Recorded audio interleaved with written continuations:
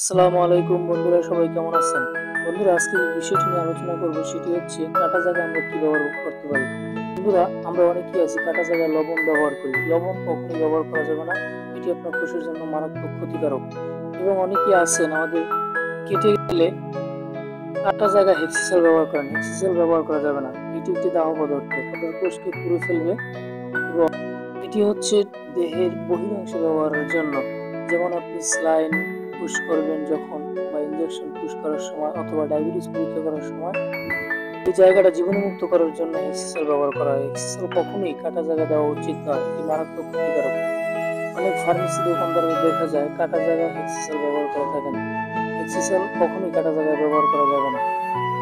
কাটা জায়গায় আমরা পভিডন আয়ন ব্যবহার করতে পারি। এটি অ্যান্টিসেপটিক সলিউশন। তাই কোনো জায়গা কেটে গেলে আমরা পভিডন আয়োডিন 10% ব্যবহার করব, যেমন ভায়োডিন, ওবিসেফ, আয়োডিন ইত্যাদি।